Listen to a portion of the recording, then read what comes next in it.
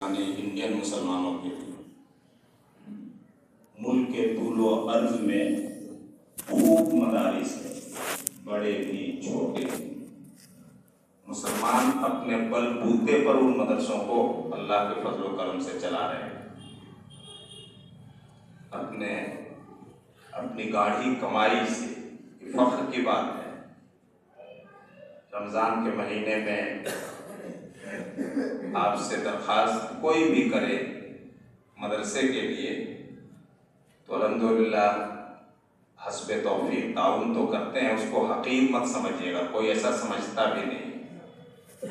یہ انڈین مسلمانوں کے لیے فخر کی بات ہے۔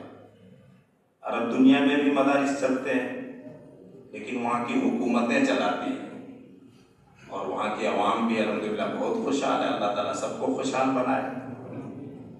اللہ کے رسول صلی اللہ علیہ وسلم دو چیزوں سے پناہ مانگتے تھے، اکثر کہتا ہوں جب بات آ جاتی ہے، ایک تو کفر سے کہ اللہ کافر ہم نہ ہو جائیں، اور ایک محتاجگی سے، فقیری سے، دونوں سے ایک ساتھ۔ آدمی کو خوب حلال کمائی کے لیے اللہ پر بھروسہ رکھتے ہوئے، نمازوں کی پابندی کرتے ہوئے محنت کرنا چاہیے۔ حلال کمائی کے لیے برکت دینا اور محنت کو کامیاب کرنا اللہ کے اختیار میں ہے۔ تو رمضان کس طرح گزاریں گے یہ جمعے کے خطبے میں سن چکے ہیں۔ اگر اس مسجد میں آپ لوگوں نے جمعہ کی نماز پڑھی ہے، یہاں وہی بیان ہوا، دوسری مسجدوں میں بھی سب میں تقریباً یہی بیان ہوا کہ رمضان کو ہم کس طرح سے گزاریں۔ ایک بات صرف کہنا ہے، سورہ بقرہ میں اللہ رب العالمین نے رمضان المبارک کے روزے کی فرضیت، اس کے فائدے، پھر کس پر فرض ہیں، کس کے لیے چھوٹ ہیں، کب سے روزہ شروع کریں، کب افطار کریں، یہ سارے مسائل سورہ بقرہ میں بیان ہوئے ہیں۔ انہی مسئلوں کے بیچ میں ایک دعا کا مسئلہ اللہ تعالیٰ نے بیان کیا جو آیت ابھی پڑھی کہ رمضان المبارک اور خاص طور سے روزے کی حالت، کتنے گھنٹے کا ایسا روزہ ہو، مان لیجیے راؤنڈ فگر میں 12 گھنٹے کا، راؤنڈ فگر میں مان لیتے ہیں، منٹ کو جانے دیجیے، 12 گھنٹے کا روزہ، 24 گھنٹے میں سے 12 گھنٹے ایسے گزریں گے روزے دار کے لیے کہ وہ جو بھی اپنے دین اور دنیا کی بھلائی کے لیے دعا کریں گے انشاءاللہ اللہ تعالیٰ اس کو قبول فرمائے گا۔ اللہ رب العالمین کا ارشاد ہے کہ میرے بندے اگر آپ سے ابھی سے پوچھیں تو بتا دو میرے بندوں سے، فَإِنِّي قریب، میں سب بندے سے قریب ہوں، سب بندوں کے پاس ہوں، سب بندوں کے ساتھ ہوں۔ جب مانگنے والا مجھ سے مانگتا ہے تو میں اس کی پکار کو سنتا اور قبول کرتا ہوں، لیکن جو مجھ کو پکار رہا ہے اور مجھ سے امیدیں وابستہ کیے ہوئے ہے اس کو بھی چاہیے فَلْيَسْتَجِيبُوا لِي، میری باتوں کو، میرے حکموں کو مانے، میرے حکموں کا پالن کریں، وَلْيُؤْمِنُوا بِي، اور مجھے پر ایمان اور بھروسہ رکھیں، لَعَلَّهُمْ يَرْشُدُونَ، اس طرح سے مانگیں گے بھی اور میرے حکموں پر پالن بھی کریں گے، مجھ پر ایمان بھی رکھیں گے تو اسی میں رشد و ہدایت ہے، ہدایت اسی میں۔ ابھی جو حدیث پڑھی گئی اللہ کے نبی نے بڑی اچھی خوشخبری سنائی ہے کہ 3 آدمی کی دعا کو اللہ تعالیٰ رد نہیں کرتا ہے، ریجیکٹ نہیں کرتا ہے۔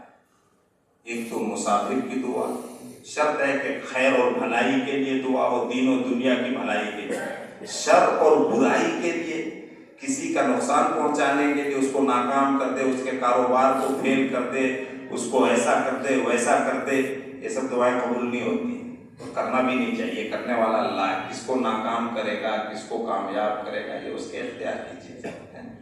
اپنے دین اور اپنی دنیا کی بھلائی کے لیے سفر کی حالت میں جو مسافر دعا کرتا ہے تو اس کی دعا قبول ہوتی ہے۔ دعوت الوالد لولدہ، ماں باپ کی دعا اولاد کے حق میں یہ قبول ہوتی ہے۔ ماں باپ کی دعا اولاد کے حق میں، اپنی اولاد کے لیے اگر کچھ نہیں مانگیے گا تو رمضان میں کم سے کم اتنا تو ضرور مانگ لیجئے کہ اللہ سب کو نمازی بنا دے۔ سچا بڑا برا حال ہے مسلم گھروں کا، بہت برا حال ہے۔ ایک آدمی کی دعوت رہے گی 2 جائیں گے کھانے کے لیے، ایک آدمی نماز پڑھنے کے لیے آ گیا، پورا گھر خوش ہے، پاپا تو نماز پڑھتے ہیں، پاپا بڑے نمازی ہیں، دادا بڑے نمازی ہیں. یہ حال ہو گیا، مسلمانوں نے نماز کا یہ حال کر دیا ہے.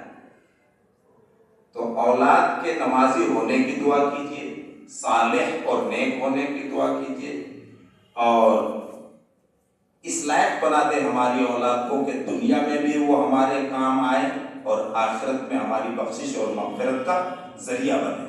یہ سب دعائیں کیجیے گا اولاد کے لیے.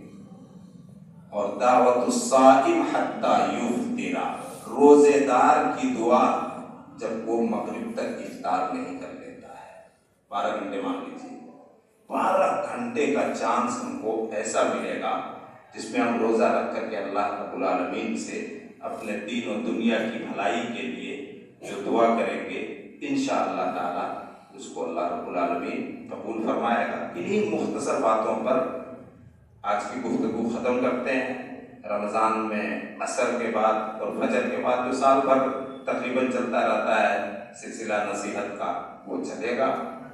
ایک بات بتا دوں، جانے والے کو مت دیکھیے، تھوڑا سا روکیے اپنے آپ کو، تھوڑا سا روکیے، کنٹرول کیجیے، جانے والے کو مت دیکھیے. اب ہم لوگوں کے پاس علم حاصل کرنے کے کیا ذریعہ رہ گیا ہے؟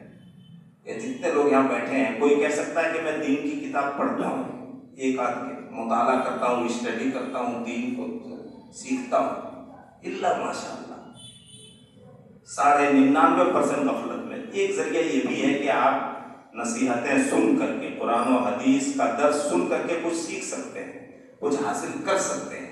جب سیکھیں گے، جانیں گے تو انشاءاللہ تعالی عمل کا بھی جذبہ پیدا ہوگا. جانے والے کو قطعاً مت دیکھیے گا. عام طور پر دیکھا جاتا ہے وہ جا رہا تھا ہم بھی چلیں، وہ جا رہا تھا ہم بھی چلیں.